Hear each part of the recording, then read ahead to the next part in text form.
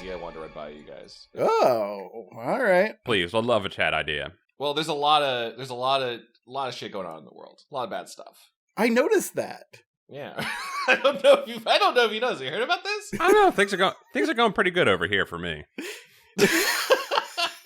And, I can't even say, like, internationally, I feel like is unresolved. There's wars, there's war crimes, there's a bunch, and all these countries are like, how do we fix this? Because we don't want to start World War III. That'd be a real bad. That'd be a big bummer. Mm-hmm. I hope that's not your idea. No, God, no. This is to prevent World War III. Okay. This is, what if every country had a giant robot? Well, see, I've already pitched maybe they all get G Gundam. Okay. Right? That's everyone gets their own robot. Okay. Which is, I've improved upon this pitch. It's not that everyone gets their own G Gundam with their culturally insensitive parodies of themselves. If they're providing the culturally insensitive version of themselves, it's probably not so bad, right? I guess the Neo Mexico built the Gundam and called it Tequila Gundam. I guess they chose to do that, but that's a distraction from this new idea. Because that is the danger of that plan, was that all it takes is one real good pilot to fuck shit up for everyone, i.e. Neo Germany, just kind of going rogue. What I'm saying is everyone gets their own Voltron lion. What is that? Please extrapolate on Voltron lion. A Voltron lion? They get their, how Voltron. Oh, that's right. Each one is a little lion. I forgot about that. Each one's a little lion. Power Rangers also, Super Sentai did this as well. Sure. You're saying we all get 1/5 of a giant robot, and at least 5 countries have to work together. Yes. You're saying that a couple countries should be able to get together. This sounds exactly like how we got World War II. Okay, but here's the thing. World War II had what? Like, the Evil Axis had 3 armies, right? They can't form a Voltron with 3 lions. They had a couple more than that, but yes. The propaganda posters only said Italy, Japan, and Germany. Those are the only ones I knew about. And then they can't form a Voltron with 3. That's going to be, what is that going to be, like a legs and a torso? They can't do shit. That's true. I guess if you made it so that you can't even form like somewhat of a cool robot with 3 of them and it looked really silly and everybody was laughing at them, that could stop the war because they would be really embarrassed. Yeah, exactly. Chad, we're back to like countries that are proximal to each other and can organize can oppress countries that are scattered and smaller and can't organize. So even if there are 4 smaller countries, they're just lions. They're gonna lose against a fully formed Voltron. I mean, you've made the problem worse. No, I mean, how about you go like, all right, how about this? There's a way you got to design. I'm not the engineer. You're just the idea man, not the engineer. I'm just the futurist. You like have it so that Voltrons can infinitely add on to each other, right? Maybe they're like, you get extra arms. I don't know, maybe you get a tail, whatever. But so like, you can theoretically have a bunch of smaller countries stand up for themselves and build like a 10-cat Voltron. Chad, this is starting to sound a lot like states' rights on a global scale. Shit. Fuck. All right, we're going to come back to the drawing board on this one. But I'm just saying there's something about it. There's something to... I just wanted to see Russia get stomped by a Voltron. A UN Voltron is what I want. Oh, it will, Chad. It will. But the Voltron will be fucking sanctions or trade agreements or something. It's going to be something boring as shit. I think every country needs a rift breaker is what they need. And everybody knows exactly what I mean by using those words, because everybody knows about the rifts and the fact that they need to be broken. we have to provide context. No context. The game did not provide any context. Is there anything that Paul loves more than referencing a conversation that was had on microphone but not recorded? I just want everybody to feel like they're a part of it. And maybe they showed up late to the because here's what it is: we're all friends, including the people listening to this podcast. Sure. It just so happened that they hopped on the call later, and now we have to catch them up. This is just the experience of being friends with us. Okay, and then here's me at the lunch table being like to the new listener, going like, hey, just Google Rift Breaker and you'll see it's an indie game that has neither rifts nor breaking in it, but it looks really cool. This podcast is brought to you by Rift Breaker, Shadow Legends. Have either of you guys played Shadow Legends? No. Or Raid Shadow Legends? What is that? No. Oh, that's the one that everybody advertised, right? Yeah. It's practically a meme at this point. I can't even tell you what genre of game that is. Mobile. It's got an orc in it. Does it? It's got a big booby lady in it, I thought. Well, of course. And a skeleton, I think. I think it's like an RPG, right? Like it actually has like a turn-based RPG mechanic, right? I mean, I think it's probably, if it is, it's probably one of those energy RPGs that you can only take like 2 moves a day. And then you gotta buy diamonds. Maybe Raid Shadow Legends, the magic of it is that it kind of takes the form of whatever game you want. Right? Like I want a collectible card game. So when I open the app, it kind of like psychically syncs to me and it's like, all right, we got some cards for you. For Paul, it's like, here's an RPG. And there's even a dating sim in it. Chad, you're a dreamer.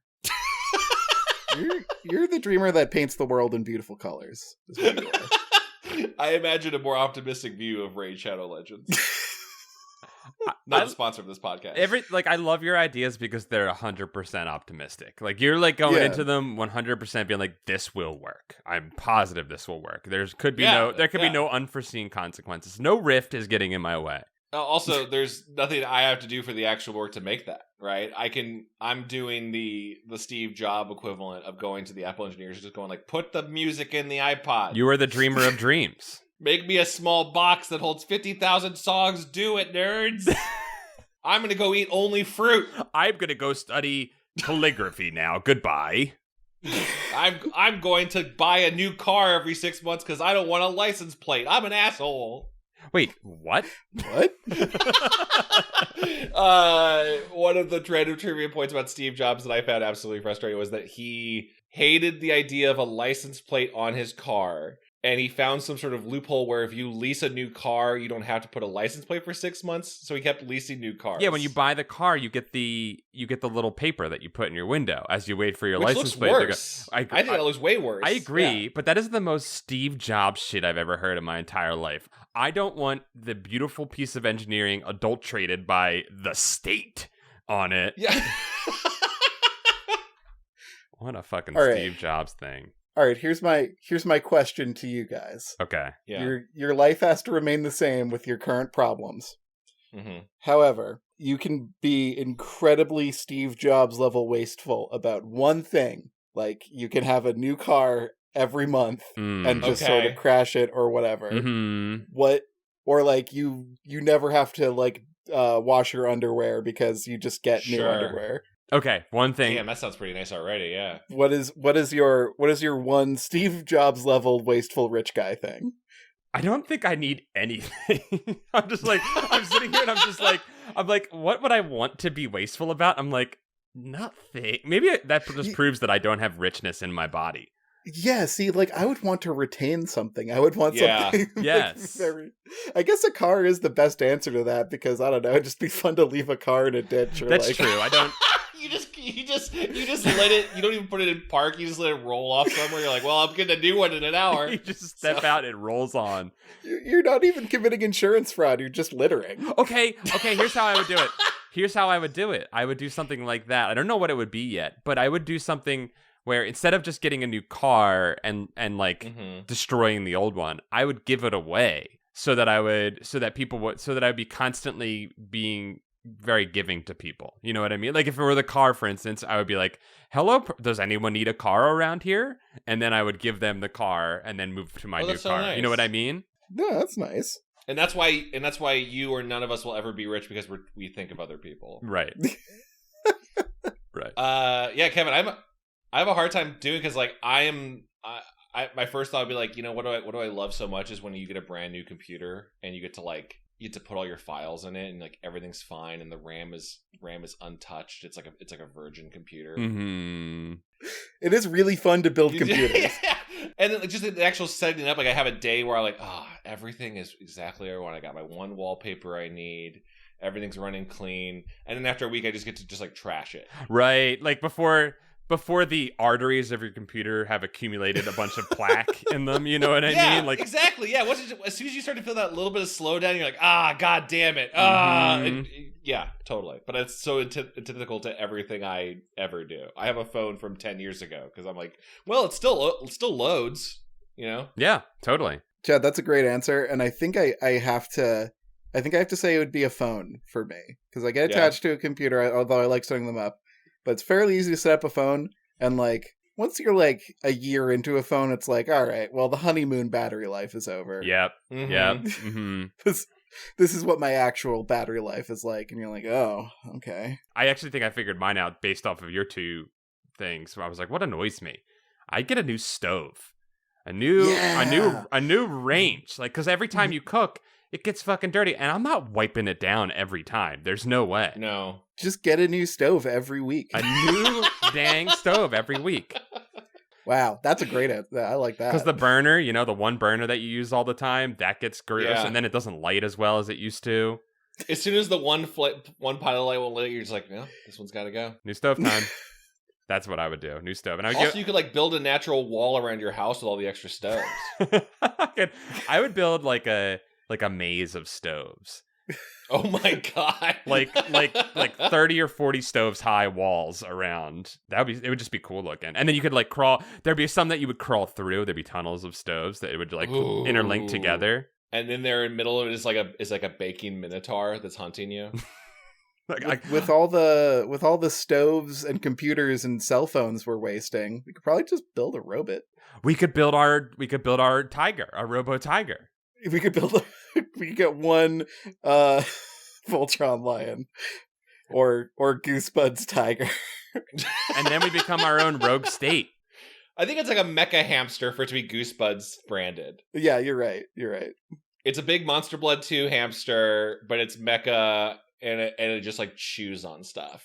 That's his main attack. Its teeth are made of stoves. Yeah. It's got a broil attack. Oh yeah, a little flame broil attack. Yes. Yeah. This is kind of like a Kirby friend, but I like it. All right, I feel like every podcast now needs its own mecha or robot lion or something. That will bring world peace. It's just the pot. No, wait, that's too many white guys. And anybody can get one. Maybe weapons don't solve problems. Maybe here, listen, next episode I'll bring up the Zoids idea. We'll talk about Zoids. Okay, I would love to talk about Zoids with you. Can the Zoids fuck? Find out next podcast.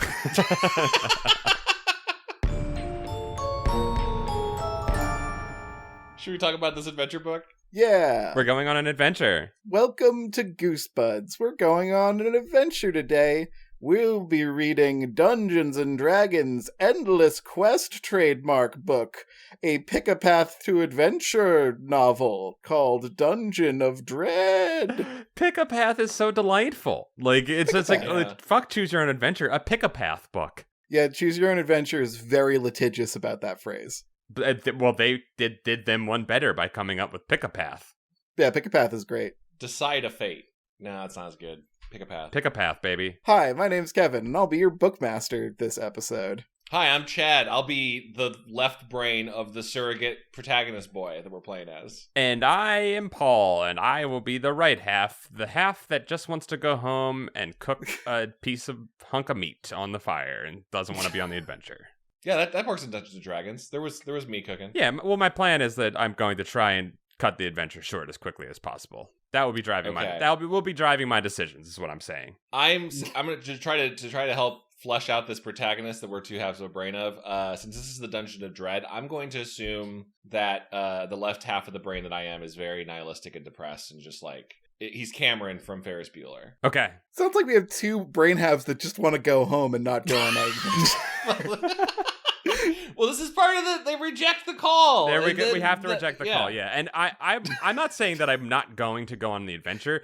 I will probably make whatever seems like the most efficient way to get the adventure over as quickly as possible is the way I will take, is what I'm saying. Yeah. This is what listeners of this podcast want also, is they're like, someone's going to end this episode and be like, honey, I can't believe it. The boys finished the book in 10 minutes. It's the best episode ever. The fastest speed run of this 164-page book. And we should note that this is a 1980s Dungeons and Dragons adventure. So this is a very early. The artwork on the cover has, I think the bad guy from Cabin Fever is raising a water hydra out of a cool magician's well in front of a redheaded woman with a sword and a scared little guy in the back that is cowering. Could be a dwarf, but he's cowering, so it's probably a halfling. It looks like he's probably halfling height, and he's cowering. Even though halflings have like the brave like thing where they're better at resisting fear effects, so I don't know. Maybe it is a dwarf. It's got to be a dwarf, right? Yeah, I don't know. I don't know what edition of D&D we're operating in. Yeah, 80s. God, I'm just gonna go wild guess. Is this like second edition? I don't know. Yeah, I don't know if elf is a class or not in this. Was elf a class in the original one? Elf started out as a class, yeah. Interesting. So you could be a human elf? Yeah, wait, what does that even mean? You go to elf school? There was no race. There was like fighting man, spellcaster, thief, and elf. That's so weird to make elf a class. Yeah, interesting. Was elf like Palomino, where it was a color and a breed? So it was both a race and a class at the same time? Again, races didn't exist in this. My brain cannot comprehend that not existing, so I'm going to continue. That seems paramount to the very first thing Gary Gygax and friends ever did was like, okay, what are the races? That feels like that was didn't know that. Huh. There's no such thing. You could just be a fighting man or an elf. I'm going to go to elf school, Dad. They're going to stretch out my ears. God damn it. I'm not going to sleep, and I'm going to learn how to use the longsword. Yeah, I'm gonna be able to walk on the snow. Son, you really let me down, son. Yo, I never noticed but not to divert too much from the book, but I never noticed that in the movie he did that. Like, I just never paid attention to the fact that he is just walking atop the snow. And it was until I read the book as an adult and then rewatched the movie, and I was like, oh fuck, he's just walking along the snow. He's not sinking into it. That's not an effect either. Orlando Bloom is literally that light. Yeah, he has hollow bird bones. I had read, Kevin, that he did do a little bit to help with the effect in that he, before every scene, he like drank a bunch of helium. Well, he drank helium, and I don't know if you guys know this about Orlando Bloom, but that's actually a stage name. His real name is Orlando Floam, and it's because he's a man made of phloem. Wow, he's going to inherit the Floam dynasty. he is the first Floam son of Edward Floam, the inventor of phloem. Paul, that's like a texture memory right there. Yeah, you can feel it. I never had any of that because I just like that's going to somehow go in my lungs, and I don't want that. You know what it was? It was probably the leftover popcorn ceiling stuff that our parents didn't use. That they were like, fuck it, make a toy out of it for the kids. And then it's like part asbestos. Yeah, after we make a son for Edward Floam and then make him into a famous actor, we're gonna use the rest of this to make a Nickelodeon toy. Floam's killed hundreds of kids, probably. Floam kills 50. It's so satisfying to squish, and it gets so dirty.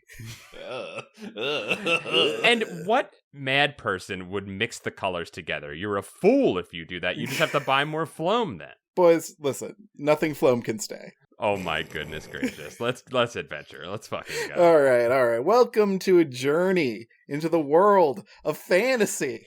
This adventure into the Dungeons of Dread is a Dungeons and Dragons adventure. Registered trademark.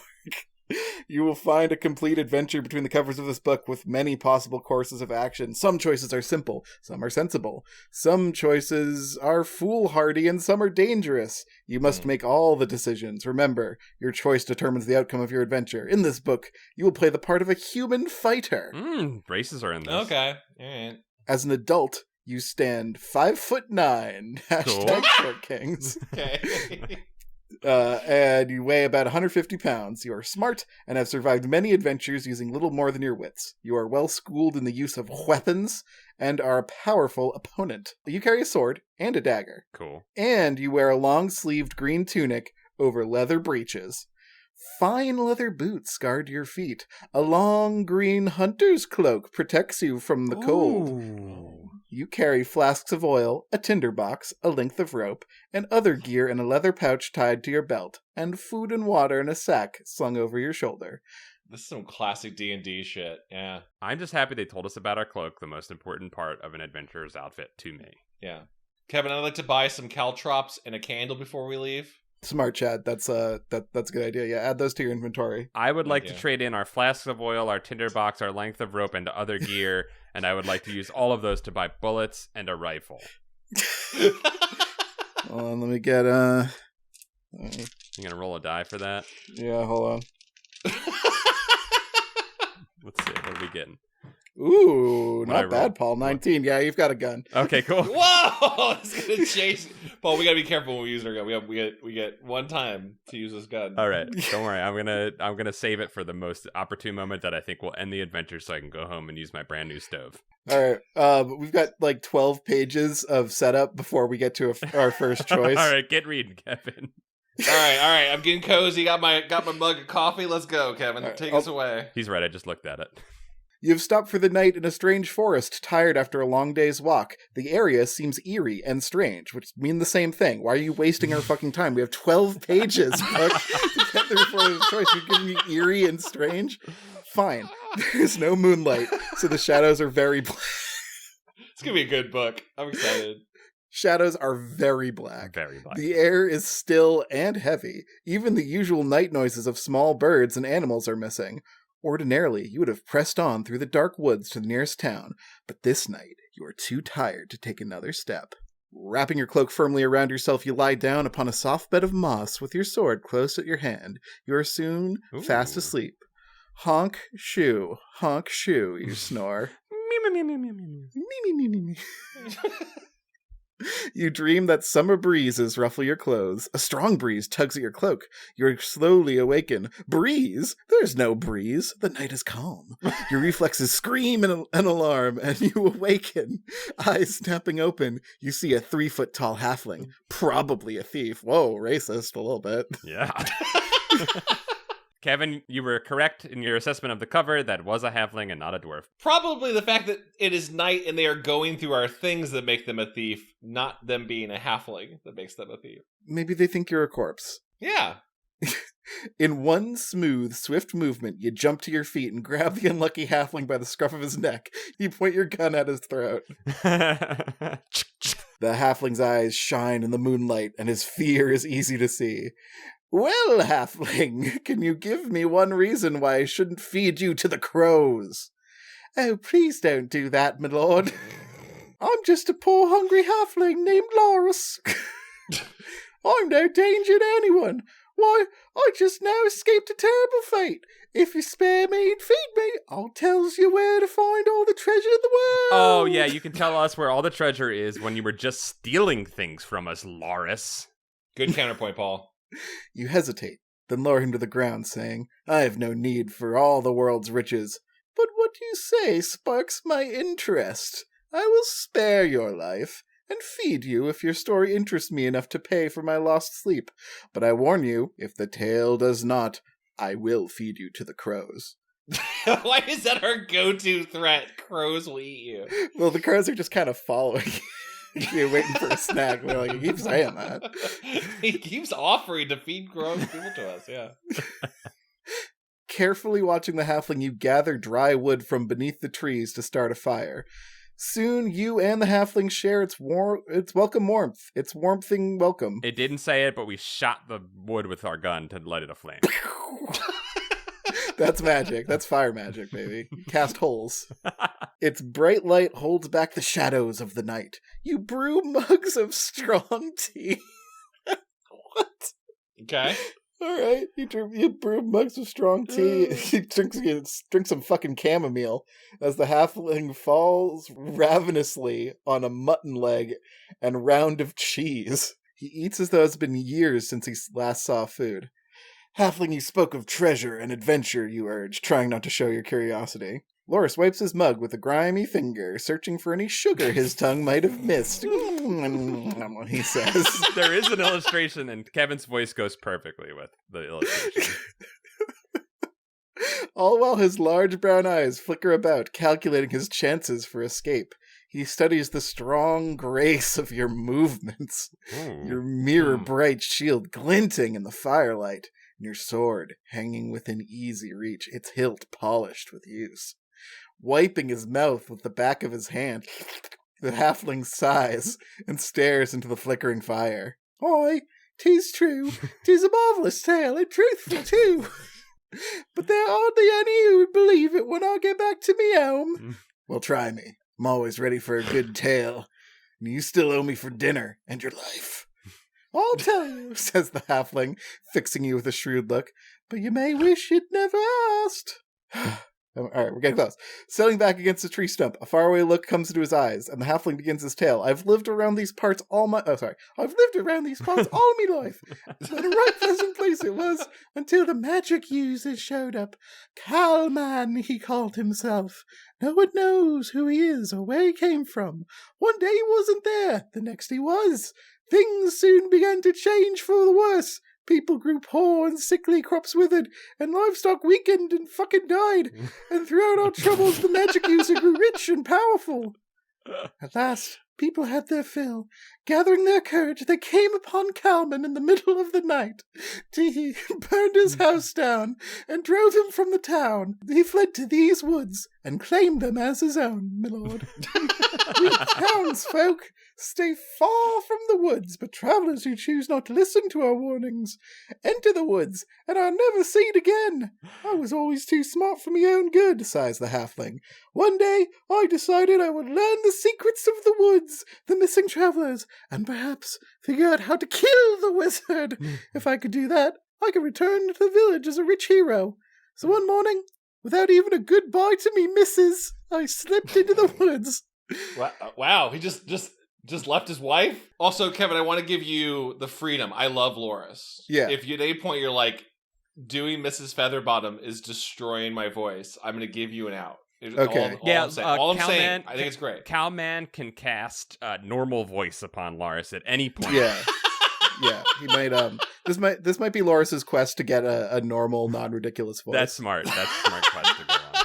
But maybe that's inside him. He just needs to hear your completely normal voice. Oh my god! Mm-hmm. Yeah, this sounds like a good children's movie now. Oh, my lord! I might tone down a bit, just little, not quite this high, but like this high. There you go. I explored every inch of the evil woods and found nothing. Finally, I came to a mountain just outside the forest. I was cold and tired, so I crawled up on a ledge of rock to rest. I was going to sit for a moment before I went home.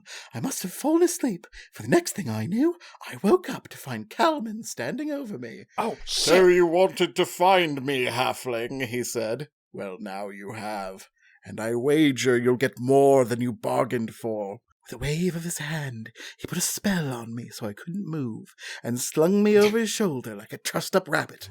Then we slipped through an opening in the side of the mountain. I cannot and will not tell you of all the frightening things I saw. This is the best part! That's what I wanted to hear, Loris, was tell me the things you saw. I saw a horse with 2 heads and 2 bodies. So 2 horses. All right, good, Loris. Shuddered the halfling.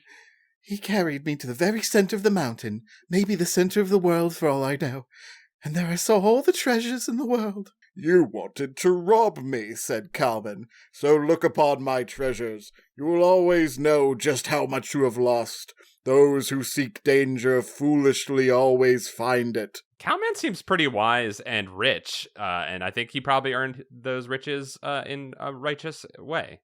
Yeah, I kind of dig Calman. I think he was maybe punished unfairly. I agree. Maybe there's just a drought or some shit. I agree. I'm going to be pro Calman throughout this.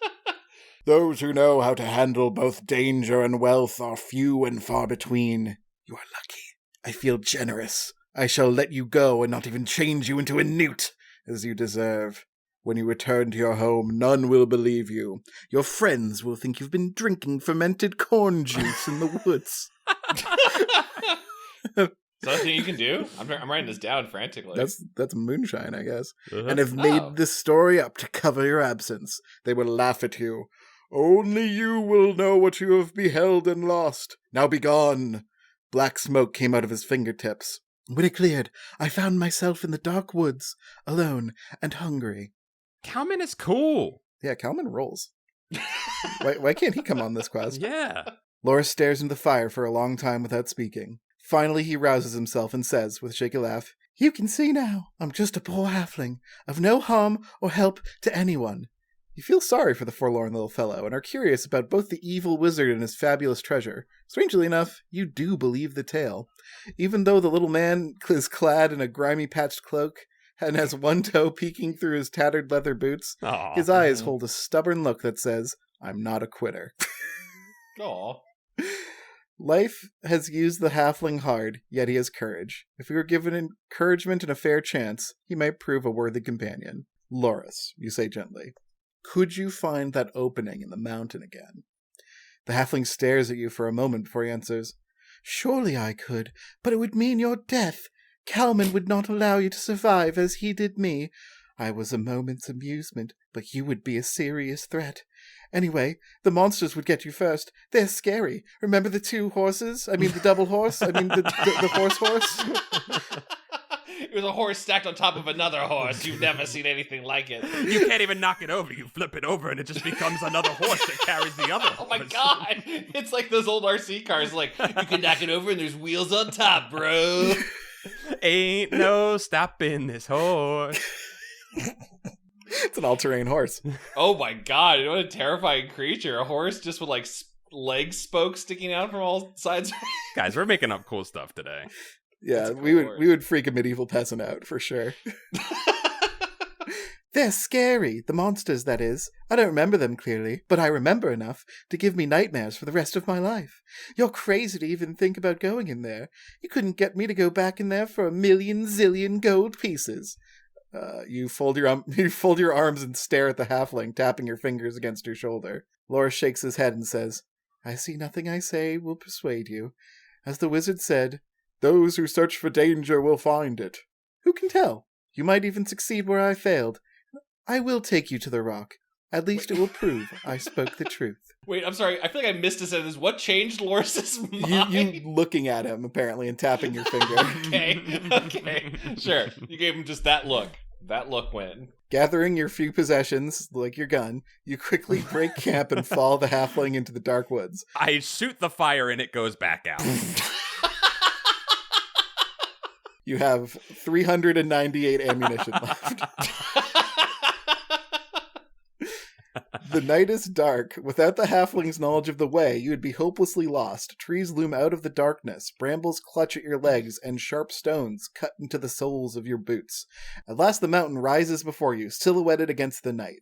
The halfling searches about for a while, then cries, Aha! Here it is! In a large, dark crack looms the mountain before you. You turn... This hole was made for me, he says.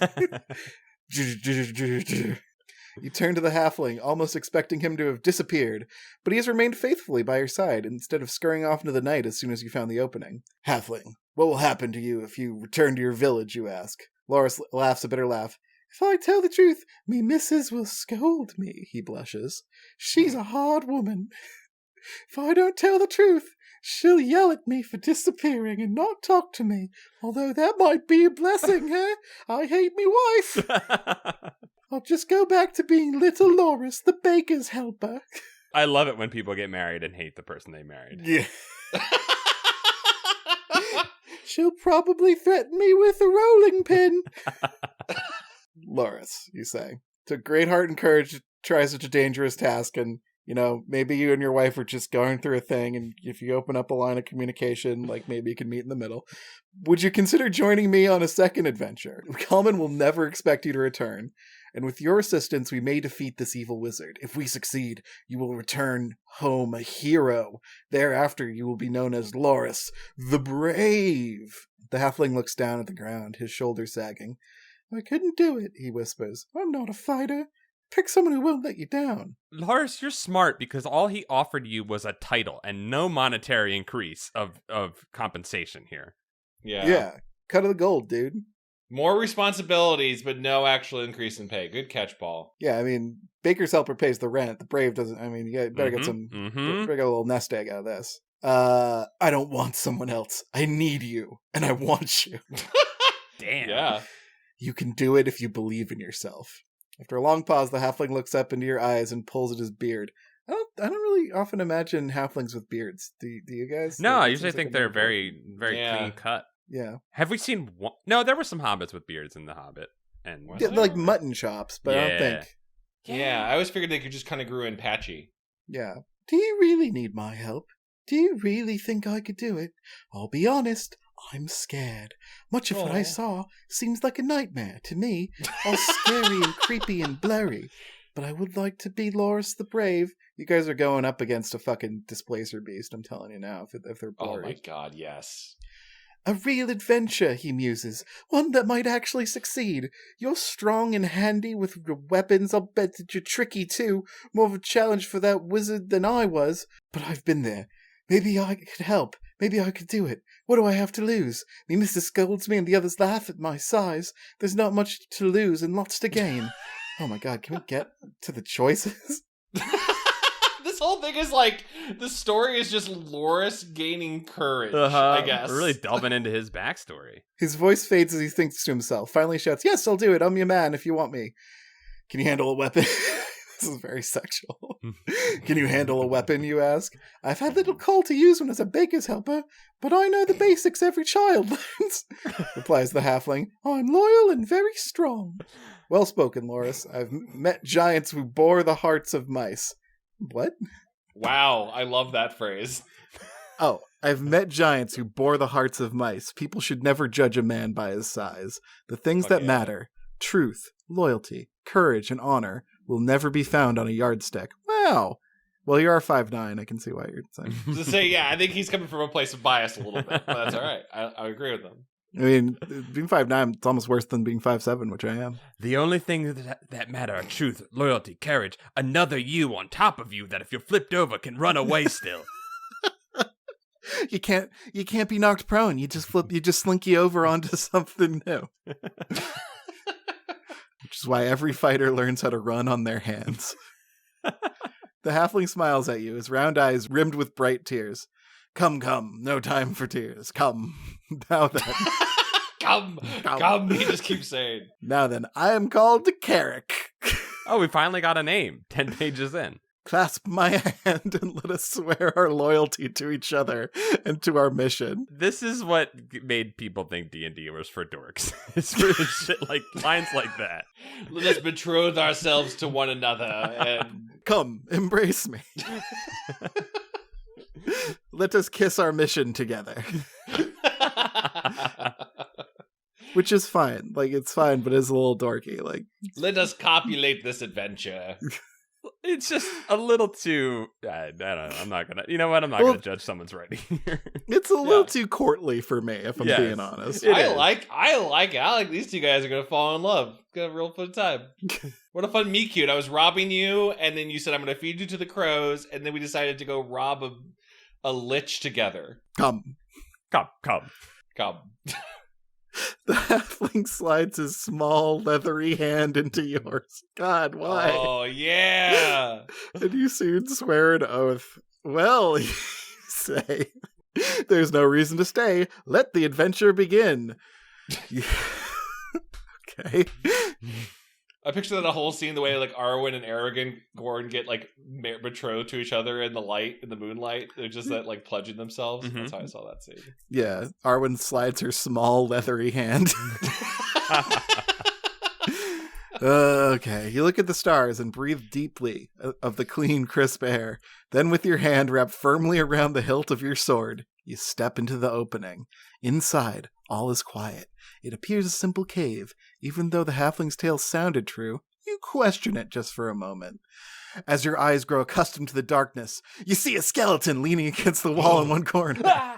Staring at the opposite wall, a small shield lies at its side. With a little polishing, it'd shine as brightly as your own. You pick the shield up and give it to Loris, also handing him your dagger. Skeletons can't own anything, you explain.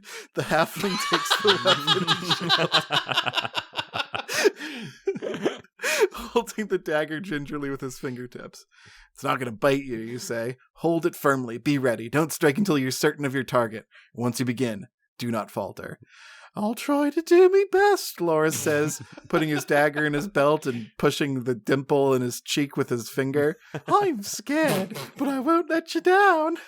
He begins polishing the shield. He polishes the shield. Your eyes follow the skeleton's gaze and see a message scrawled in red on the wall of the cave. Watch the water that is not water, and beware the basilisk. Oh. The rest of the cave is empty, except for a pile of leaves and twigs in the west corner, and a hole in the wall under the message. Well, Loris, where do we go from here, you ask? I don't know, the halfling replies. I do not remember any trails, just some of the things I saw. If you wish to investigate the hole in the wall, turn to page 13. If you wish to check the pile of leaves in the corner, turn to page 15. Carrick Chad, which do you think? I, as Carrick Paul, want to go home and cook. And one seems the most direct option, so I would like to investigate the hole, but you can choose two. No, I mean, I think the best we're going to do is find something under those leaves, but if not, might be spiders and bugs kind of hang out in leaves. Let's go with that hole. Yeah, gross things live in leaves. I'm not going into that. Hole time! Made for me. You peer through the narrow hole and see that it is a stairway leading down to the mountain. Loris follows you and remains close to your side. The stairway has been carved out of solid rock. Mica flakes reflect a dim, flickering light at the bottom of the stairs. That's good detail. I like that. The flakes sparkle and shine as you pick your way down the winding steps. Your soft leather boots make no sound as you move. The light slowly grows brighter as you descend. That's a fucking tough one. You see the source of the light. The stairway ends in a smooth rock corridor. Another corridor opens to your left. Two creatures, no more than 3 feet tall, stand 10 paces away. They have no hair, but are covered with scaly black hides. A sharp, bony crest runs up their backs and ends in 2 sharp horns upon their heads. One creature holds a short sword in its hand, and the other holds a torch. You remember seeing creatures like these on one of your adventures in the past. They are kobolds, very evil creatures that would attack you immediately if they discovered you. Well, Loris, are you ready to attack them, you whisper? I don't know, says the trembling halfling. They're not much bigger than I am, but they sure look mean. Do you really think we can win? They look awful tough. Loris, you say, they are mean, evil, and tough, but if we work together, we can take them. What do you say?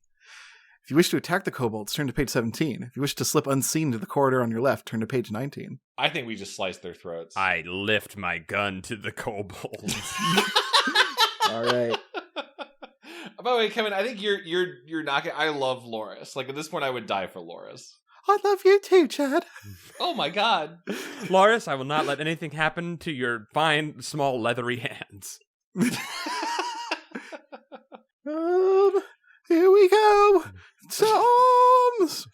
The kobolds are peering into the darkness, concentrating on something farther down the corridor. Because their attention is focused elsewhere, you're able to sneak up behind them, unheard and unseen. Mm-hmm. Before the vicious creatures are aware of you, you strike one of them with your gun, and Loris hits the other with a large rock. As the kobolds fall, they drop their torch and it goes out. Darkness surrounds you. Listen, cries Loris, clasping your arm. You hear the noise the kobolds were listening to. Yeah. A faint clacking noise seems to be moving toward you. Here, says Loris. I feel another opening to our left. Maybe we should run for it. No, let's find out what's coming. That's a wise thing adventurers always say.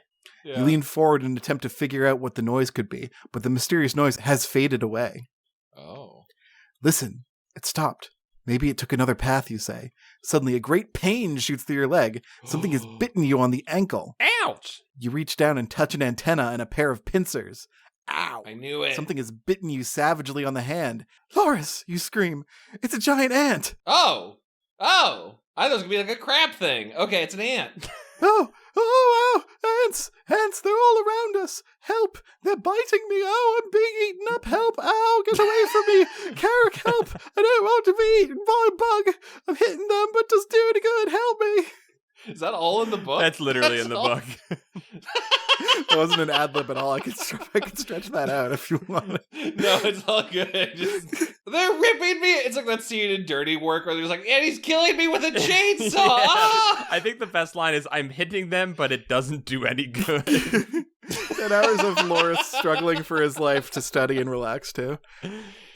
Angry clicking sounds come from all sides now. If you want to stay and fight them, turn to page 24. If you want to try and escape down the corridor on your left, turn to page 27. Carrick Chad, what are you thinking? I think that when there's too many bugs. We can't fight all the bugs. We need to get the fuck Yeah, I out don't of think here. we can handle all these bugs. I mean, they're already biting and eating him up, so we should probably get the hell out of here. Yeah, I agree. All right, on to page 27. We're missing a depressed monkey drinking on top of a barrel. What? Maybe we can run into him later. I hope so. Help, Carrick, help! Ouch! Ooh, ow! Oh, ow, jeez! Ow, fuck! Oh, oh, God! Cries the halfling. They're biting me! Kicking your way through the nasty, snickering creatures, you reach the weeping halfling's side. Throwing him over your shoulder, you quickly dash down the side corridor. After escaping the ants, you set Loris on his feet and ask, Halfling, are you injured? Oh, I'm fine, Loris mutters, wiping his eyes with the back of his hand. I don't like those nasty bugs, he continues. Maybe they're paying me back for all the times I squished them when I was young. Maybe, you say, and that's like sociopath behavior, but come now. They aren't following us. We must go on. You know, Carrick, you don't really need me. Maybe I should just leave. I don't like all these creatures and bugs, and I'm not much help. Wouldn't you be better off without me? You could move much faster without me. Just leave me to the bugs. Maybe the bugs should eat me. You turn and look down at the halfling, who chews a piece of his beard nervously. Yeah, and avoids you. If you really want to leave, Loris, I won't stop you. I'll be disappointed, though. I thought you were a companion I could count on. Was I wrong? If you run from danger so often, you can't do anything else? I won't force you to do anything. If it's not your choice to accompany, you're free to go, but I shall miss you. I won't force you to do anything, but I will manipulate you emotionally. It's not that I want to leave, Loris says uncertainly. It's just that I'm so scared, and I don't like all those bugs chewing on me. You're so big. Think how I felt down there, almost looking eyeball to eyeball with them and watching them lick their nasty chops over me. Scary. It's like staring at a giant. You can see that, can't you? Yeah, I guess I can, you say. I'm sorry if I spoke harshly, but I need to know that I can depend on you. We're partners now, and a partnership is built on trust and respect, Rebecca. Loris sighs deeply and says, you can depend on me. I'm not going anywhere except where we both decide to go. I'll still be scared, mind you, but nobody has needed or wanted me before. What about your wife, dude? And the baker who used to employ you. No one's ever listened to me like you have, the person I tried to rob 2 hours ago. I've never been anybody's partner before. What about your wife, dude? I think we're finding the roots of all of Loris's problems here. Yeah. Can I go on an adventure with Loris's wife? As long as you need me, I'll stay, but I don't like bugs.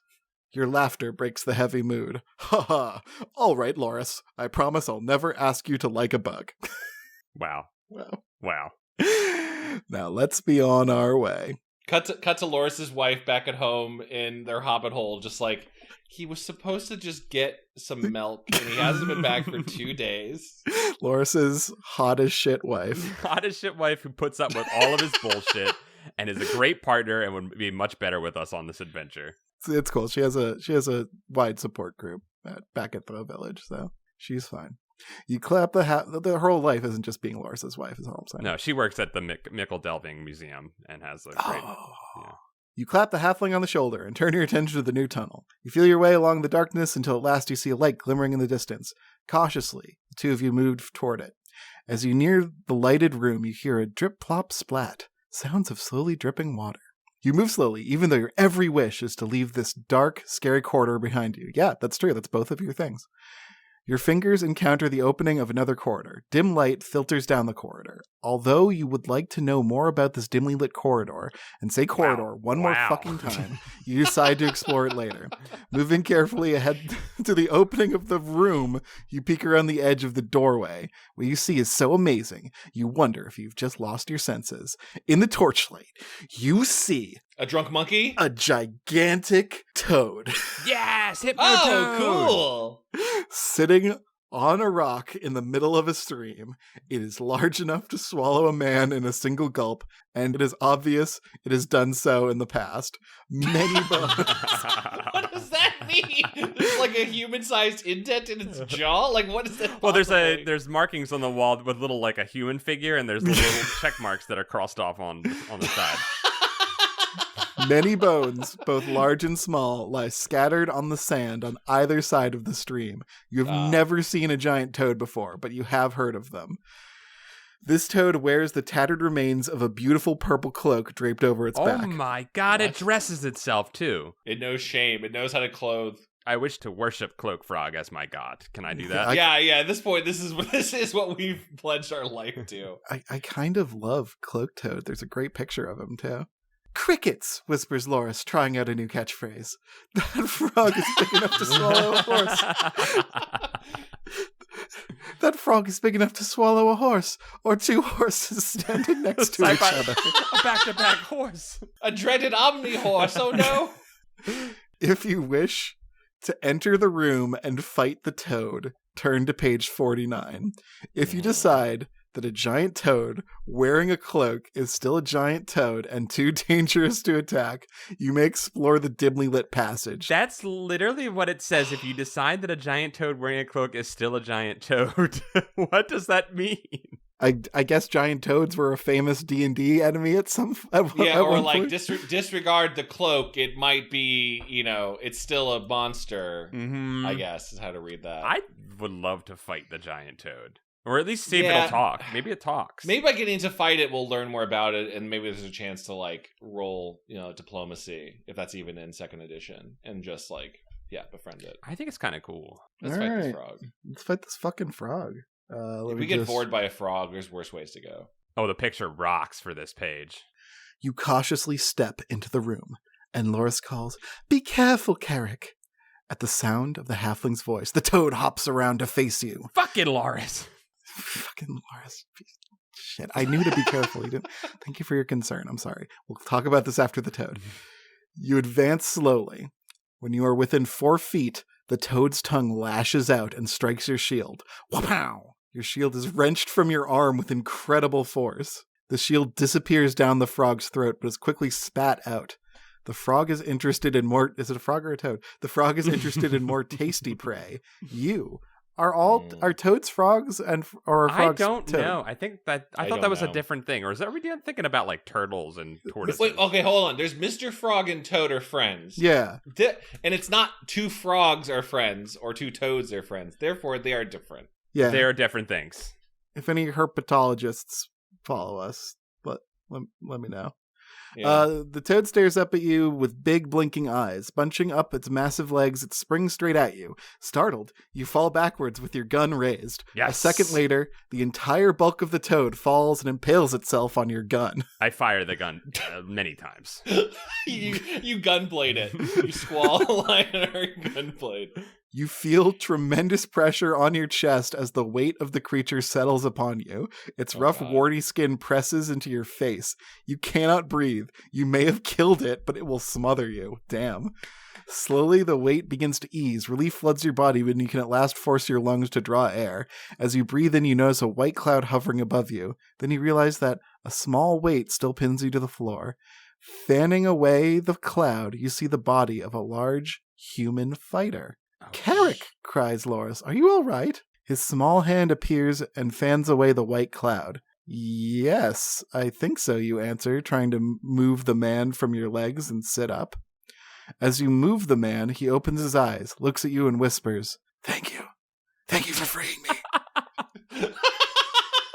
Oh, thank God. I thought we committed murder, but it's okay. It was actually a murder of kindness. The cloud of smoke thickens once again and covers the man. When you fan the smoke away, the fighter is gone. What magic is at work here? Kalman must be a powerful wizard. Frightening thoughts whirl through your mind. Loris, you ask, did I imagine this? Sorry. Loris, you high right now? I wish you had, he answers. Then I wouldn't have seen it either. I told you Kalman had monsters beyond belief, but even I did not know about these poor fellows. This is what happens to those who fall into Kalman's grasp. He changes them into monsters and sets them to guard his dungeon against intruders. Only death can set them free. What shall we do, you ask? Should we go back while we still have the chance? The halfling is silent for a minute. How dare Kalman set them upon us? Set upon them. Set upon them.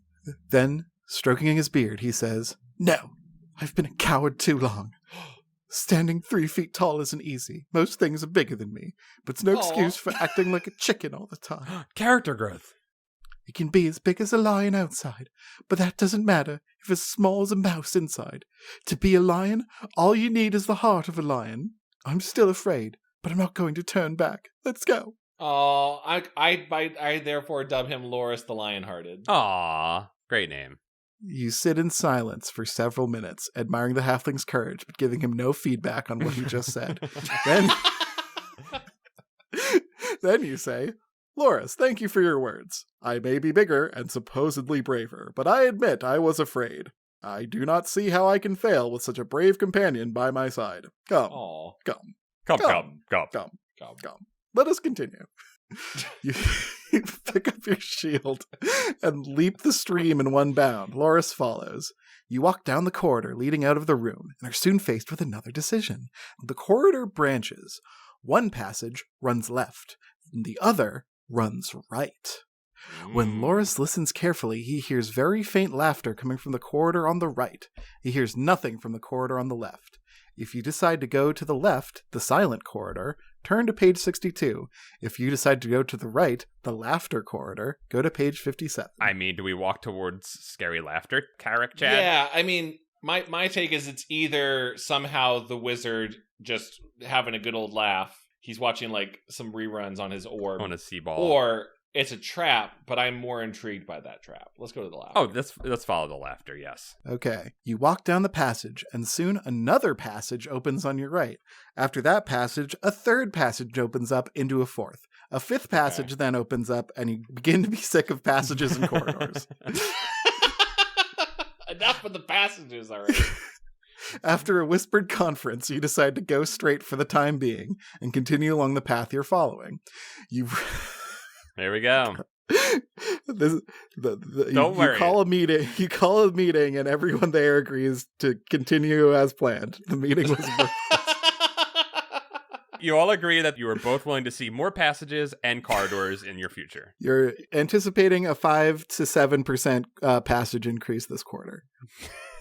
You round the bend in the passage, there it is, and see that a room lies directly ahead of you. Dim light filters back to you, and the air is stagnant and foul-smelling.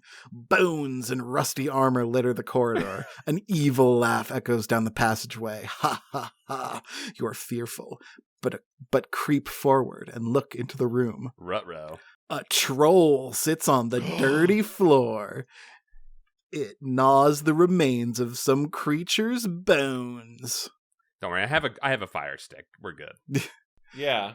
The troll is unbelievably ugly. Unnecessary. It must be 9 feet tall and has a lumpy green hide.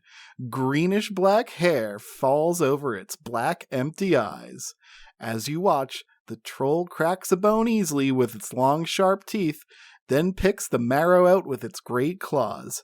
As it sucks the marrow, it lets out a loud laugh. Hee Somehow was not expecting that. Yeah. It's a troll, Loris says in horror. They're awful mean. It has awfully great claws, though. Yeah, those are pretty cool claws. It does look mean, you say, ignoring his warning. But there are 2 of us. We could kill it if we had to. Maybe we can defeat it. Carrick is kill horny. Yeah. I mean, are we assuming this is another human or adventurer that's been turned into a troll, if the frog was? Yeah, do we need to, I think this is a mercy killing, if anything. We need to liberate everyone. I think Kalman only turns things into animals. Oh, okay. He threatened to turn Loris into a newt. That's true. I thought that was a Monty Python reference, but yeah, that's probably true.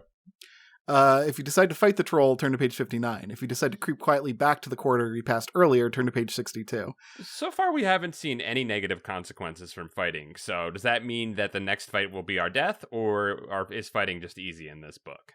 Maybe. Yeah, I'm wondering that too. I mean, irregardless of our 398 bullets we have left in our boomstick, I think we can take this troll. I think you're down to like 395 because you shot that toad a few times. Mm-hmm. I fired multiple times through its body. Yeah. Mm-hmm. Let's take down this troll and liberate him from life. I think you should be able to beat it because trolls like need to be set on fire or else they regenerate. Right. And it like the book described at the beginning, you had like oil and flint and stuff like that, but you sold it. So and I have the gun that shoots flame. Well, if this book actually lets us like use anything from our inventory as a choice, I'll be amazed. But that'd be cool. Yeah, this is a good test of that theory. So let's do it. You rush into the room, and before the troll knows you're there, you lop its head off its body. You think you've won, but suddenly the hideous arms reach up, grab you around the neck, and squeeze. The head watches you from the floor and laughs. You strike the troll with your sword time after time, but the blows do not harm it. As the troll squeezes the life out of you, you realize the halfling was trying to tell you that you needed more than a sword to kill it. The halfling gasps in fright and grief. Then, edging away from the open doorway, he reaches a quiet place in the corridor. I must be on guard. If I'm careful, I'll find my way out. I will find someone to teach me how to fight, and one day I'll come back to avenge Carrick. Then Kalman had better beware of Loris the Brave. Looking around carefully, the halfling walks into the dark corridor. The end. What? What? He just bailed on us? What? And he died. You didn't even try? All right. You had all the tools you need to beat him, it's just you didn't use them for some reason. Loris the Lionheart did not help save us? No, he just left you for dead. He just went, all right, I'll go be Batman and I'll come back someday. Like, Jesus Christ, Loris. Time to go be a baker now. I think we should go back and carry on and skip past the troll.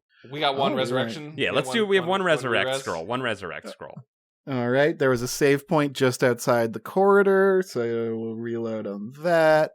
So we chose. You want to say, Paul, go back to where we just tried to slip past the troll, or we didn't even go down the corridor? The laughing corridor. I think no. Go past the troll. Avoid the troll. All right, page 62.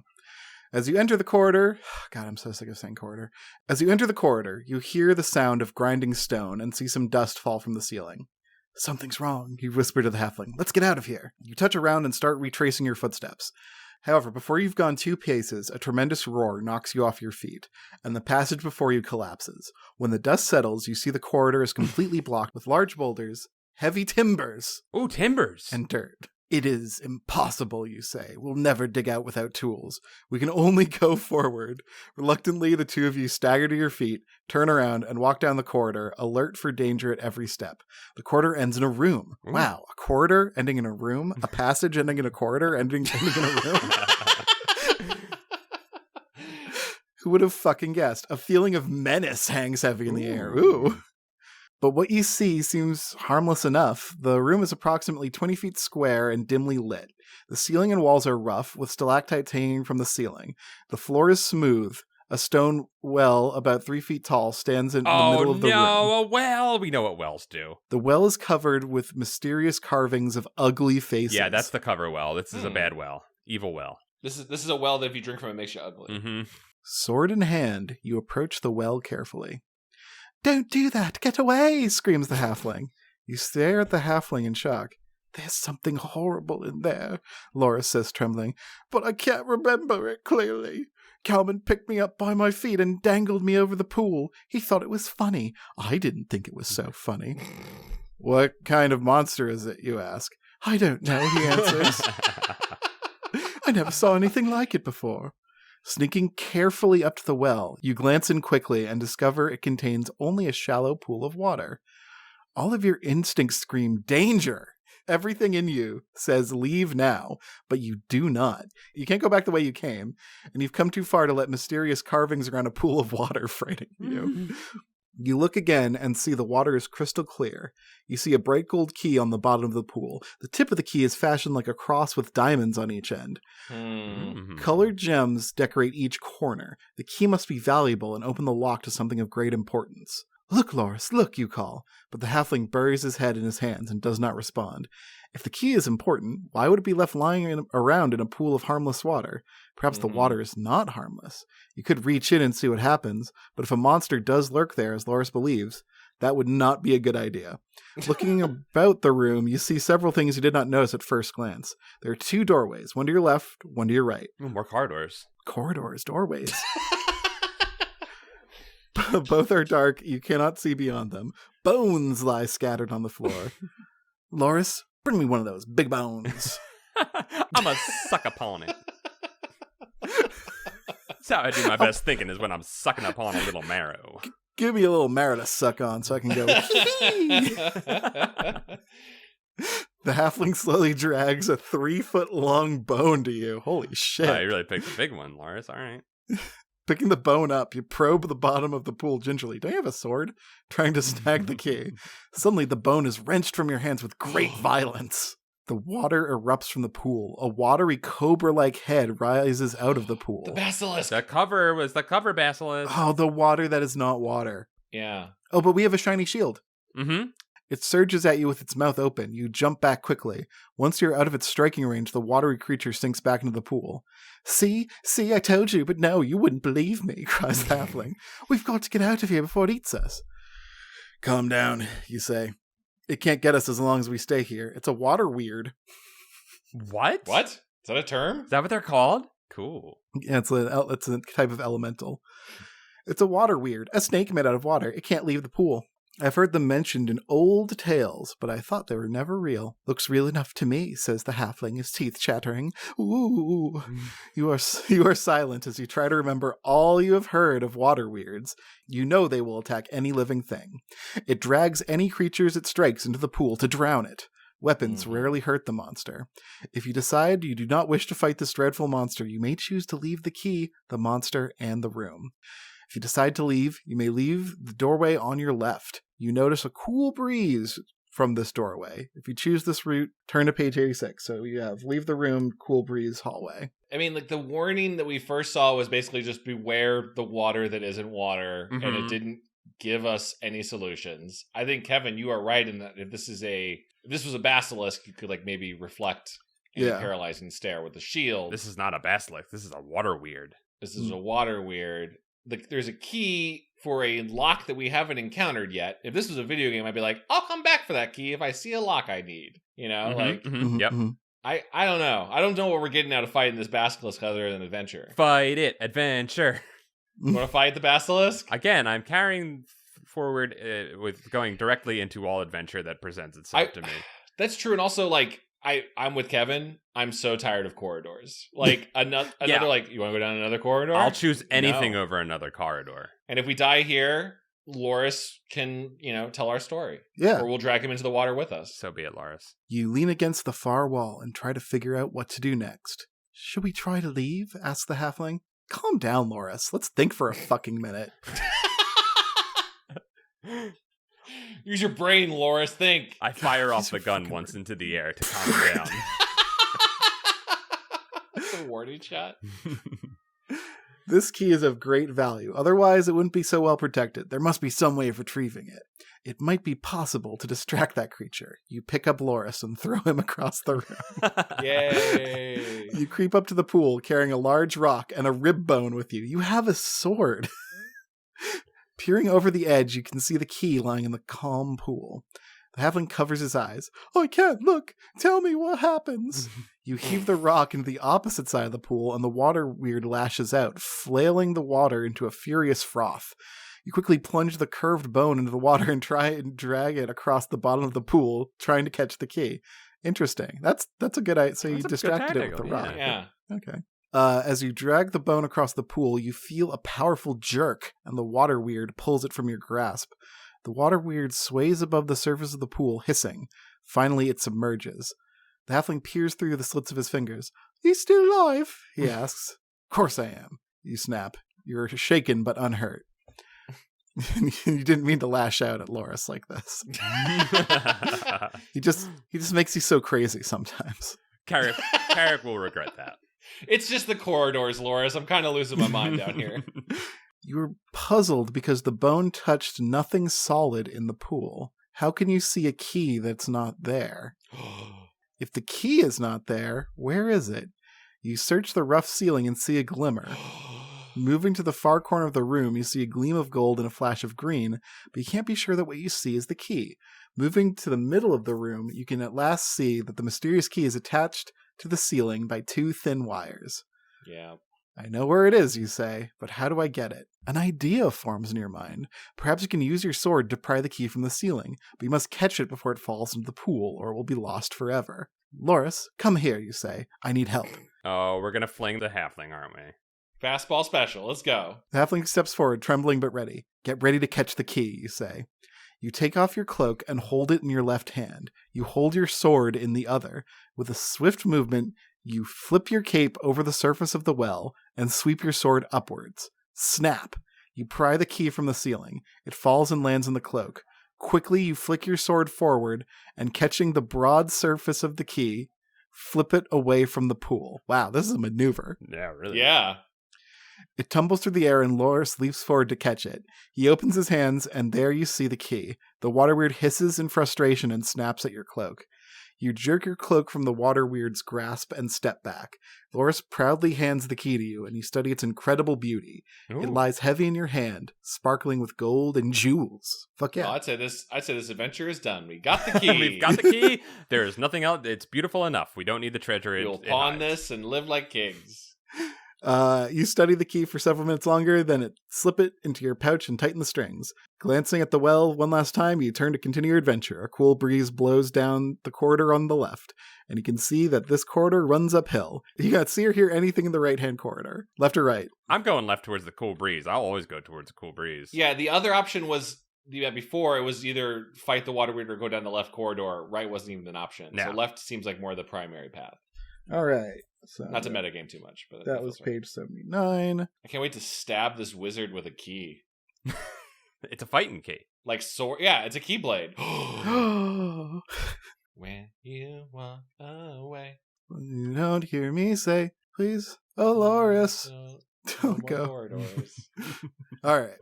As you travel down this corridor away from the water weird, you see that another passage opens to the left. Oh my god. It's dimly lit, but you see nothing. Let's stay out of that corridor for now, you say. As you continue down the corridor, you can see stone faces carved into the side of the corridor. The faces have ugly, snarling features. Gosh, Carrick, Loris says saucily. Look at those ugly faces. As you proceed, the carvings become larger. The corridor is now flanked by man-sized stone monsters with such hideous expressions you are almost too terrified to walk past them. Mm-hmm. They're only stone, Loris, you say with more courage than you feel. The two of you creep along under the gaze of the stone monsters. A large torchlit room opens before you. Large wooden beams rise on both sides of the doorway. You notice the corridor continues on the other side of the room. More corridor. As you examine the room... Hey, that's just bonus corridor. Oh my god. This book is packed with corridor. Chock full of corridor. Yeah, it's a 2-bedroom, 3-bath, 18 corridor, 19 room. But they don't list as all the corridors, which is where your money really goes. Yeah. And it's next to a public school. Oh. As you examine the room, you feel as though 1,000 eyes are watching you. Before you stands the most horrible collection of statues you've ever seen. It's someone's Funko Pops. Stone monsters only a madman could imagine leer down at you from their pedestals. You stand in the doorway, too frightened to continue. It is well that you do so, for one of the statues moves. It is a living gargoyle. Yes! Yes! Cool, put the key in him. It is the size of a man or two men standing next to each other. Or back to back, so that if they flipped over, they would never fall over. But is the color of stone. Bat-like wings rise from its back, and it has knife-sharp hooks on its elbows and knees. A long spiral horn protrudes from its forehead. The gargoyle's hands end in long, sharp claws. It has a long whip-like tail. The halfling presses to your side and raises his small shield to hide behind. You know gargoyles are ferocious predators that attack anything and love to torture their prey. You also know that they sometimes serve an evil master. It's possible that the gargoyle is Kalman's servant. Perhaps the wizard's near. Kill the goyle. Kill the goyle. Yeah. If you think you must fight the gargoyle, even though it is one of the fiercest creatures you expect to meet in this dungeon, enter the room and turn to page 100. If you do not wish to fight the gargoyle, return to the dimly lit corridor you passed earlier and turn to page 81. I'm ready to fight. Set upon every villain. Nothing bad ever happened by turning to page 100. That's all I'm saying. No, yeah, that's a good number. They would never put a bad thing on page 100. No, they only put a cool thing on page 100. Ooh, gargoyle fight, neato. The picture is pretty. The picture is really pretty. Oh yeah, this thing's got a unicorn horn. It's gonna fuck you up. You doubt the corridor behind you holds anything less hideous than the gargoyle. Your heart races wildly. You decide to take your chances with the gargoyle. Slowly you edge around the corner of the wooden beam on the side of the doorway. Loris, who has remained close by your side, stumbles over a rock. Great job, Loris. You're doing wonderful. And falls full length upon the ground with a large fart. Your courage fails you, and your feet refuse to move. You stand frozen with fear. The gargoyle swivels its ugly head in your direction and gives a terrible shriek. Eee! Leaping down from its pedestal, it prances and dances like a demon. Cool! Flapping its wings, crumping and bumping at you, drawing closer and closer. Run, Carrick, run! Don't stop for me, cries the halfling. But you cannot leave your friend. The gargoyle's eyes fix on you, still standing in front of the wooden beam. The gargoyle is now only 10 feet from you. It continues to prance about, showing you exactly what it plans to do with you. It says. I know exactly what that means and what he plans to do with it. Yeah, I speak gargoyle. At last, bored with taunting, the gargoyle draws back and lowers its head until the spiral horn points at your chest. It runs toward you. Waiting until the last minute, you fall and lay at the base of the wooden beam. The gargoyle charges over you and, unable to stop its rush, slams into the beam so hard it impales its horn deep in the wood. What a frightful enemy to encounter. Oh, a fucking bull boss. Every video game has one. Try as it might, it cannot pull its horn out of the beam.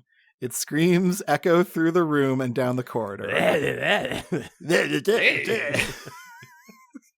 Feet's arms and legs kick and flail, battering you. Quickly scrambling to your feet, you and Loris race off into the corridor on the opposite side of the room, slapping the gargoyle in the hams as you flee. We didn't make a choice there, right? Just clarifying. Nope, just go. You hear the echoing sounds of Rauru behind you. This corridor is smooth and well lit, perfect for a breakfast nook or a study. Gripping your sword and your mirror-bright shield firmly as you stride down the passageway, you come to an archway in front of you. The sound of heavy breathing comes from beyond. A cool breeze blows down a tunnel running uphill on your left. Suddenly, mocking laughter rings out from the archway, and a deep voice says, "Hee-hee! Well done, fighter. Hello again, halfling. You surprise me. I had not thought to see you again." There's a long silence. "Maybe we should turn back," says Loris.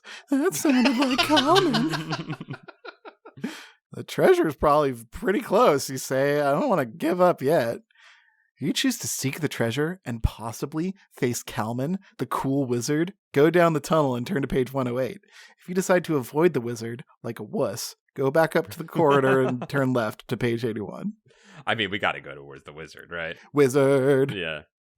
Well, you say, shaking yourself, I guess this is what we came for. If we've come this far, you might as well see it through. With great caution, the two of you approach a bend in the passage and slowly peek around the corner. A large cavern lies before you. Gold coins lie in heaps on the sandy floor. Gems sparkle every color of the rainbow over the entire floor. Heavy silver bricks are stacked in great mounds near the walls. Your breath is taken away by the vast treasure, far more treasure than any person could ever use in a lifetime. On the floor. Damn. My apologies, Loris, you say. I thought you were exaggerating, but you were not. It does seem like all the world's treasure is here. At last, reason returns to both of you. You're so dazzled by the treasure, you fail to notice some of the other details of this cavern. 2-inch iron bars protect the treasure. They would be impossible to break. The only opening in the barrier is a small iron door with an unusual keyhole shaped like a cross with a diamond on each end. I fire my gun into it.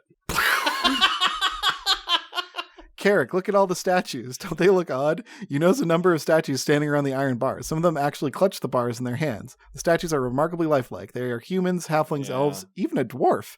What? I love this book now. Both of you move closer, marveling at the workmanship of the statues. They are very lifelike. You're right, Loris. Look at their expressions. More than half wear expressions of horror on their faces. Many have raised hands, as though protecting themselves from danger. What kind of sculptor could have created such strange figures? Suddenly, a terrible thought enters your mind. Loris, you don't think these statues were not sculpted. Maybe they were living beings who were turned to stone. Remember the words written in the entrance? A dang basilisk. Watch the water that is not water, and beware the basilisk. I think we've stumbled into the basilisk's lair. The fate of the statues who were once living beings is now clear. Anyone unfortunate to look into the eyes of a basilisk instantly turns to stone. There's no escape. What can we do to protect ourselves? Asked the halfling. I don't want to be a statue. Shiny shield. Shiny shield. Quickly, you think of all you know about the dreadful creatures. A basilisk is a reptilian monster nearly 10 feet long. The only way to protect yourself from turn to stone is to reflect the basilisk's gaze back into its own eyes, so it will be turned to stone.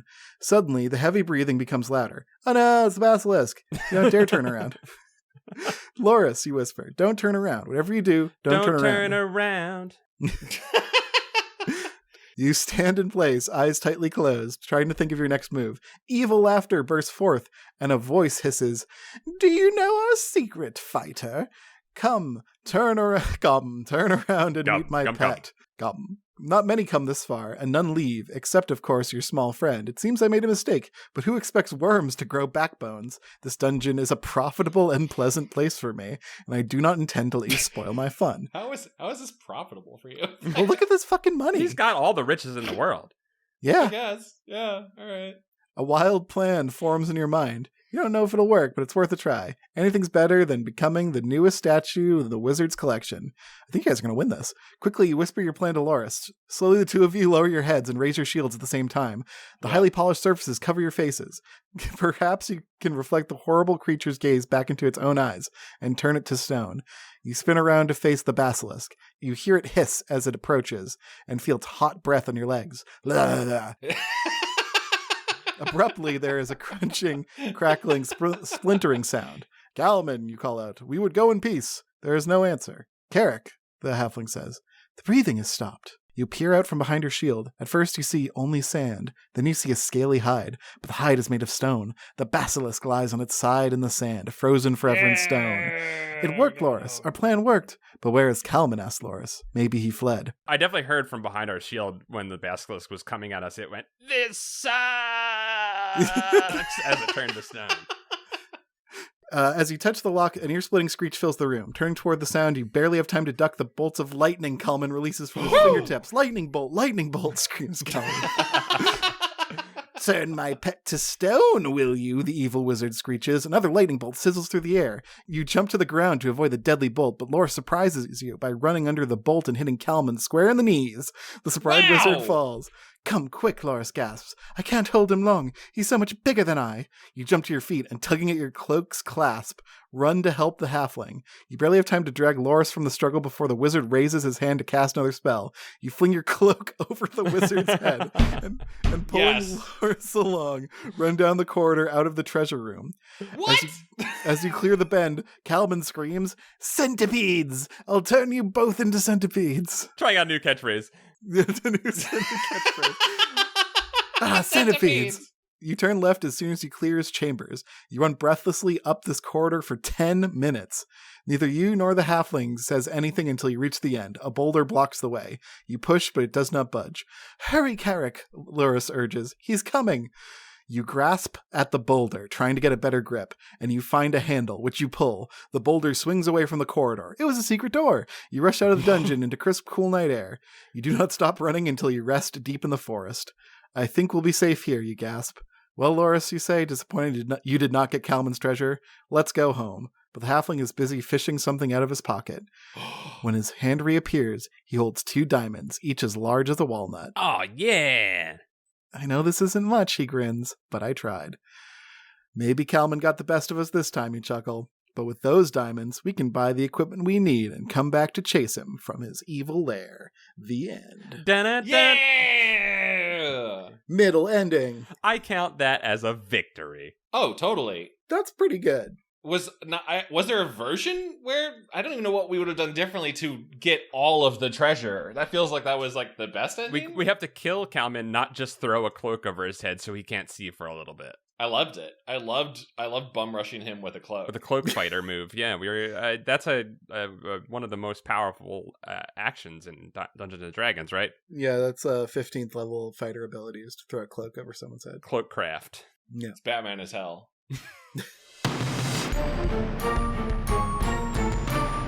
This is a great adventure. Kevin. Excellent voices. Wow, thank you. You really powered through, I think, an untold amount of corridors. Just so many corridors and passages. Both literal and figurative passages. This was the Final Fantasy 13 of Choose Your Own Adventure books. I gotta say, these Pick a Path Endless Quest books are fucking awesome. They're awesome. They are truly an endless quest, though. Yes. Yeah, how much of the book do you think we covered? I think we only probably saw a third. Interesting. Okay.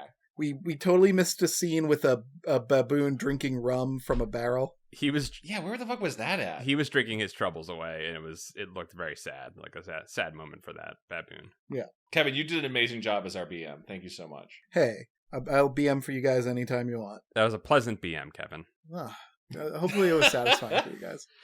This one we've been looking forward to a while because it's been hard to find these Dungeons and Dragons adventures. They're a little bit rarer. Yeah. But we also sometimes, when we have a few to pick from, we like to throw them up on our Patreon to let our viewers vote and select, which we need to do soon. If you want to do that, and also get access to our Discord and get bonus monthly episodes of Camp Goosebuds, you can go to patreon.com/goosebuds. What an incredible segue. Do that. Join us on Camp Goosebuds, where we discuss all kinds of things and then make callbacks to it later. And sometimes in the Book of Names, there are callbacks to it too, where you won't understand them unless you're there. It's really the expanded universe of Goosebuds. You want to be there. Also, I thought it was pretty cool that on our Discord, I noticed several listeners have been planning their own hangouts reading Choose Your Own Adventure books. Right? Oh, that's cool.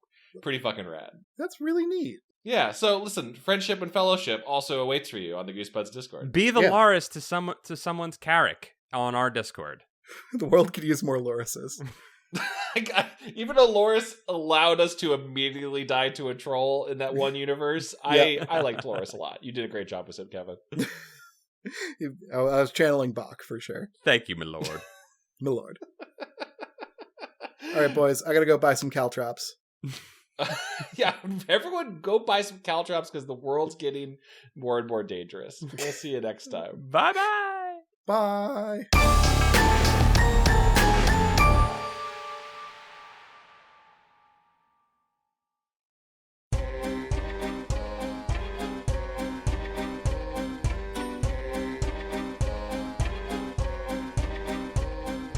This episode of Goosebuds is brought to you by our wonderful Patreon supporters, and now we shall read from the Book of Names. The Book of Names.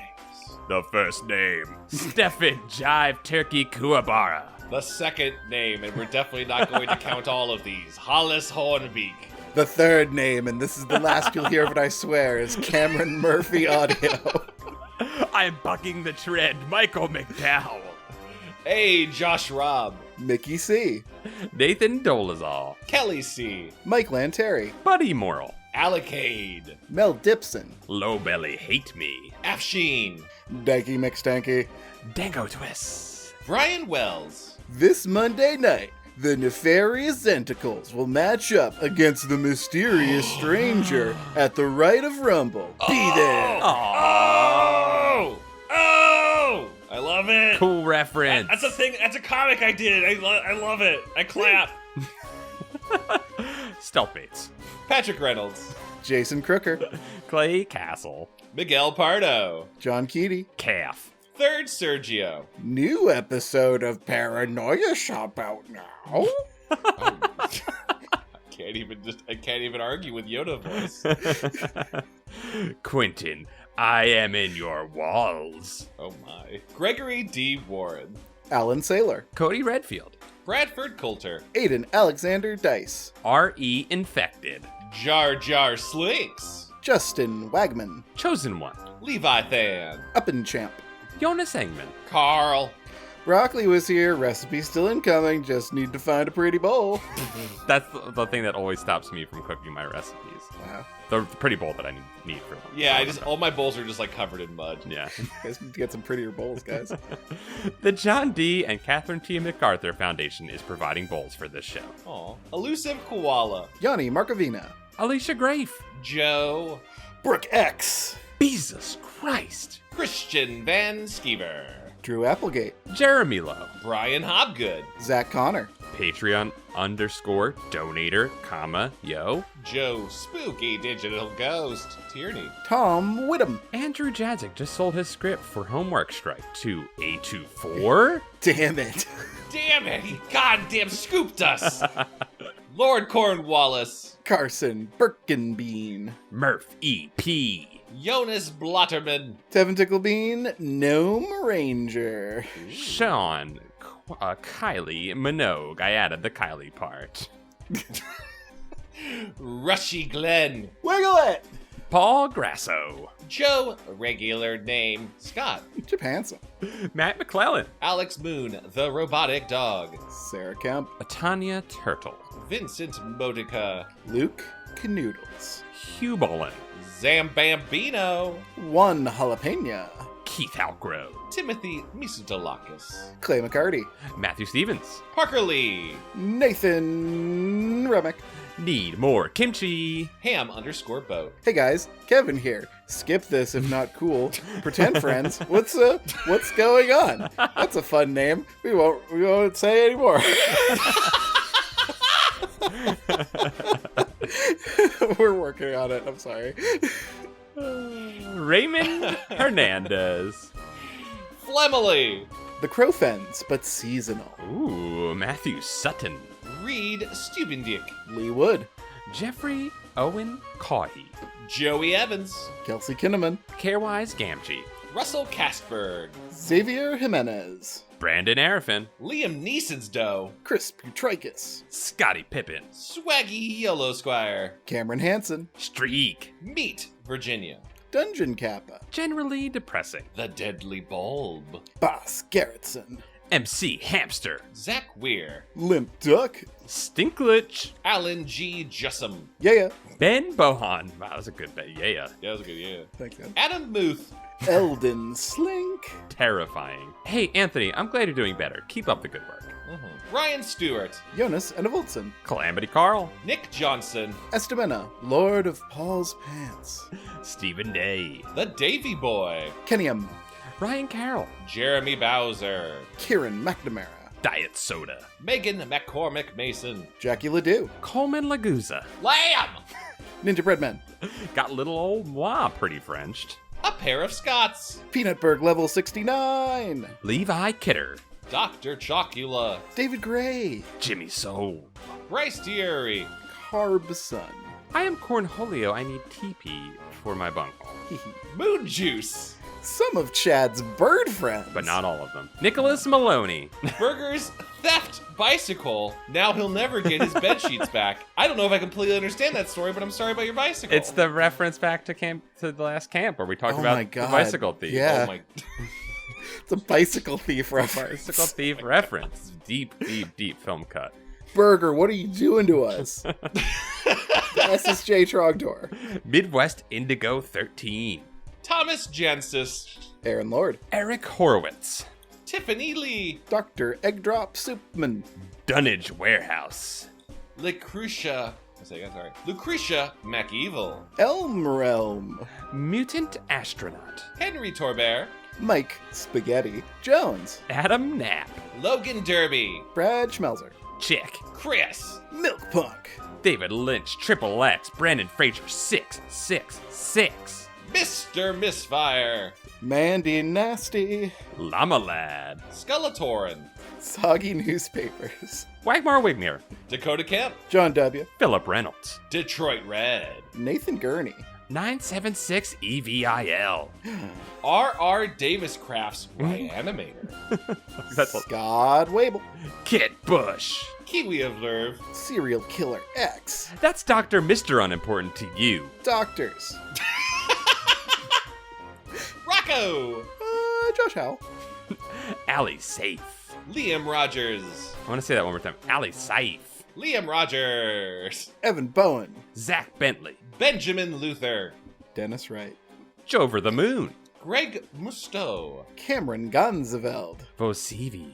Matt Scepter. Greg Urazzi, a.k.a. Vitizen. Hi. Hi. Dakota Kipper. Chad's Charred Chunky Chode. What happened to my chode? God, your chode. Rip. Anthony Rodriguez. B. Hi. First time, long time.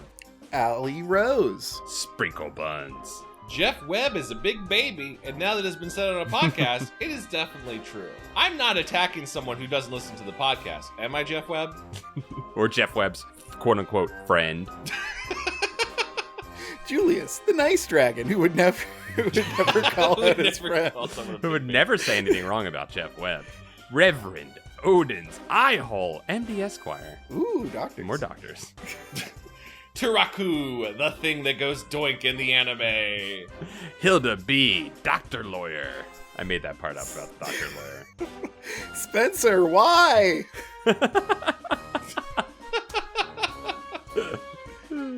Oh, it's me. You too. James Stavranos. Jonathan McAnish. Gelato-kun. Ooh, fun. Jonathan Gonzalez. Kate the Great. Mike Hart. Chris Byers. And welcome Papa_Sneck. And welcome Gulliver. You have become trapped forever amongst us in the Book of Names.